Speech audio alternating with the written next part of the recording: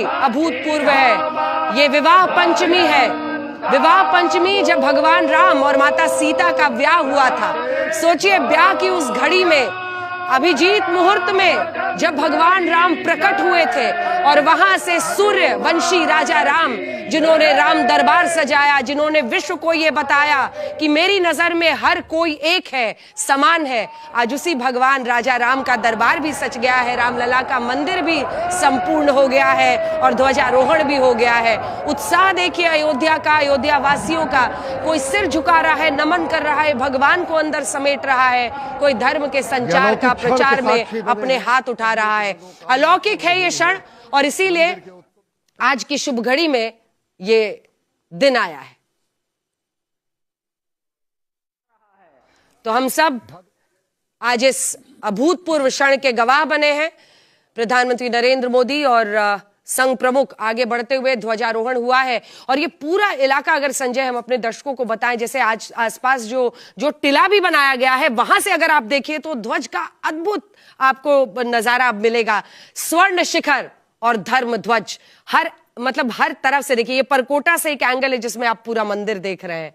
परकोटा की जो खूबसूरत दीवारें उकेरी गई हैं और वहां से भगवान राम का मंदिर, शंख के साथ उद्घोष उस शुभ घड़ी का जब ध्वजारोहण हुआ है। संजय जी हाँ, बिल्कुल। और ये सनातन को अगर हम राजा माने तो तुलसीदास जी ने अपनी कविता में लिखा है दोहे में कि मुखिया मुख सो चाहिए।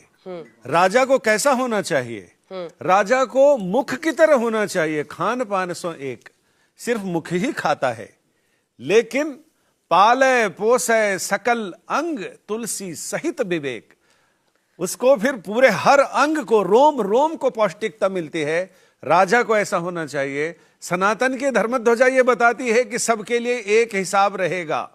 सारे लोग भय और भ्रष्टाचार और इससे अछूते रहेंगे और लोग निर्भय होकर अपना जीवन जिए।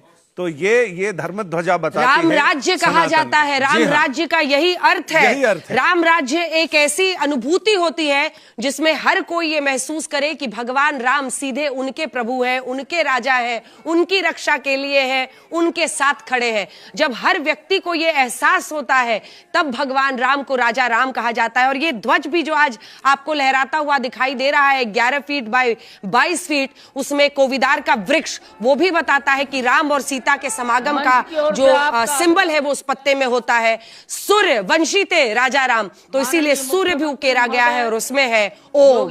ओम जिसे आप बोले तो कहते हैं पूरा ब्रह्मांड आपके अंदर है और आज वही आस्था हर कोई महसूस कर रहा है। अंतरिक्ष में वैज्ञानिकों ने ऐसा शोध किया है।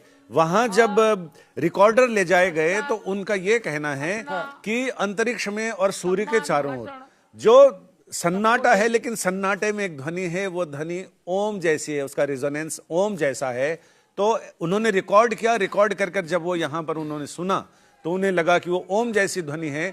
तो इसीलिए कहते ओमित्येक अक्षरम ब्रह्म, यानी ये एक अक्षर है लेकिन पूरे ब्रह्मांड को समेटे हुए। और ये तस्वीरें हम दिखा रहे हैं प्रधानमंत्री नरेंद्र मोदी और मुख्यमंत्री योगी आदित्यनाथ। प्रधानमंत्री नरेंद्र मोदी के लिए ये ध्वज, क्योंकि आप मंदिर, और जैसा मैं कह रही थी, मतलब हम लोगों ने तो दशकों इस को एक खबर की तरह कवर किया है। जब हमने देखा था कि हिंदू संगठन जिसके लोगों ने अपने जीवन न्योछावर किए इस आंदोलन के लिए, जिनके दफ्तरों में छोटी छोटी मूर्तियां 3D मॉडल पड़ी रहती थी, उनके लिए सोचिए ये दिन कैसा होगा जब ये ध्वजारोहण होकर संपूर्ण राम मंदिर आज वहां पर स्थापित हो चुका है।